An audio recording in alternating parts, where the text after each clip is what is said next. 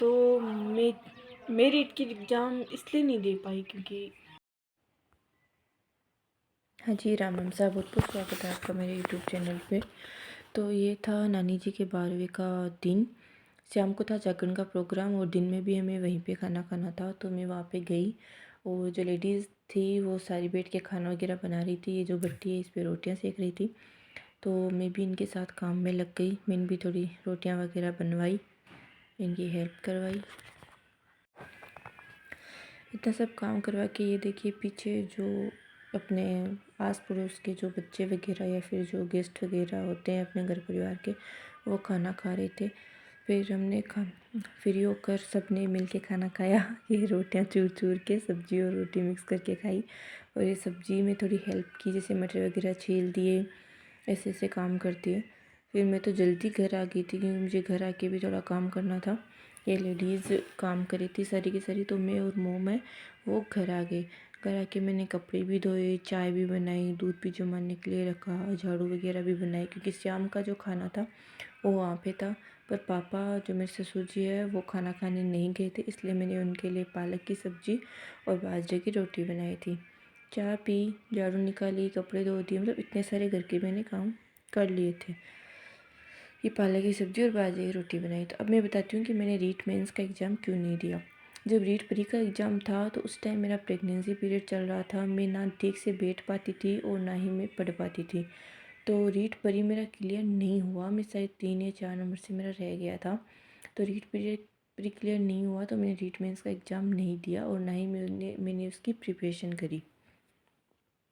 फिर से हमको तैयार होके हम वहाँ पे गए। ये थोड़ा अंधेरा था क्योंकि गांव के बीच में से हम पैदल ही जा रहे थे। तो ये देखिए काजू कतली की कटिंग हो रही है, जो मेरे नानदे हैं वो कर रहे थे। और ये राजस्थान में क्या है, जब जागरण का प्रोग्राम होता है ना, जब किसी की डेथ वगैरह हो जाती है, तब भी वहाँ पे गेस्ट और जो घर परिवार वाले होते हैं वो सब एक साथ ही खाना खाते हैं।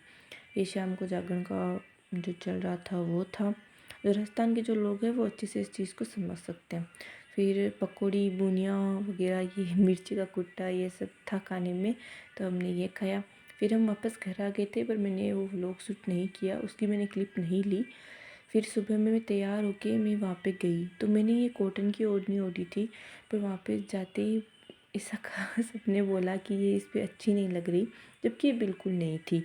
फिर मैं वापस घर आई, मुझे अचानक से वापस घर आना पड़ा। और मैंने ये प्योर की जो रेड कलर की चुनरी की जो ओढ़नी है वो मैंने ओढ़ के मैं वहाँ पे गई। तो फिर सब ने खाना खाने का बोला, तो मैंने खाना खाया। तो आप इसको बेसिकली मौसर का जो दिन है वो बोल सकते हैं, और ऐसे किसी की 13वीं का दिन भी बोल सकते हैं, अगर किसी को समझ में नहीं आए तो। मैंने निधि को खाना खिलाया, पर ये एक छोटी बच्ची भी हमारे परिवार में है जो दोनों झगड़ रहे हैं आपस में इस प्लेट के लिए। फिर पता नहीं अचानक से क्या हुआ कि मेरी तबीयत ख़राब हो गई, तो मैं घर आ गई। ऐसे पेट दर्द कर रहा था, सर दर्द कर रहा था, ऐसे वोमिटिंग सा हो रहा था, पर पता नहीं हुआ क्या। तो मैं आ गई वापस घर, और घर आके मैंने थोड़ा रेस्ट वगैरह किया, मैं सो गई थी।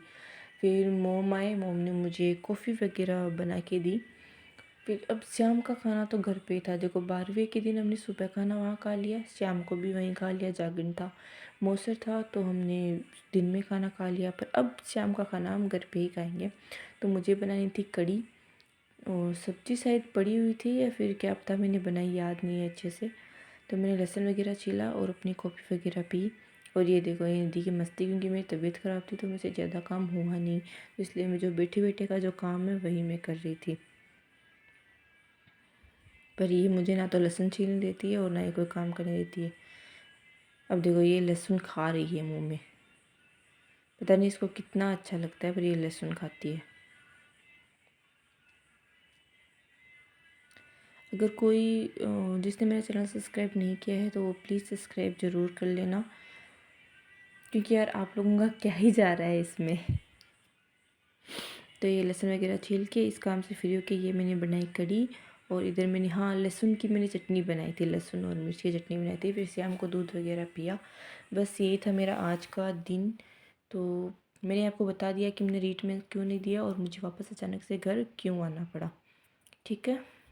जिसने पूरा व्लॉग देखा है उसको तो समझ में आ गया होगा, और जिसने नहीं देखा है तो उसको समझ में नहीं आएगा। Okay, bye.